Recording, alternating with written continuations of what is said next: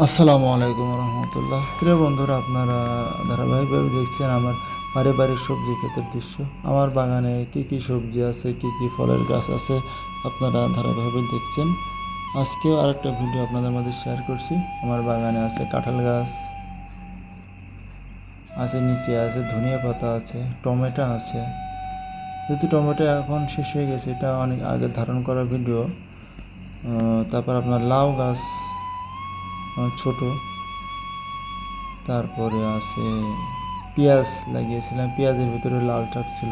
আপনার যদি এরকম ছোট একটা পারিবারিক সবজি বাগান থাকে, তাহলে দেখা যাচ্ছে যে আপনার সবজি আর বাজার থেকে কেনা লাগে না, আপনার পরিবারের অনেক চাহিদাটাই মিটন হয়ে যায়, যেটা আমি আমার আগের একটা ভিডিওতে বলেছিলাম।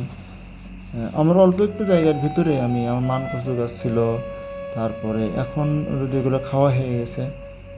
এইভাবে আপনারা একটা পারিবারিক সবজির বাগান তৈরি করে ফেলবেন, যেটা আপনার পরিবারের অনেক তরি তরকারির চাহিদা মিটন করবে। এবং সরকারের যে উদ্দেশ্য, যে প্রতিটা বাড়িতে 1 ইঞ্চি জমি যদি যেন ফাঁকা না থাকে, সেই সরকারের সেই উদ্দেশ্যটাও পূরণ হবে। আপনার এলাকা, আপনার পারিবারিক সবজি বাজারতে সবজির দাম অনেক, আপনার সেই সবজির চাহিদাটাও পূরণ হবে।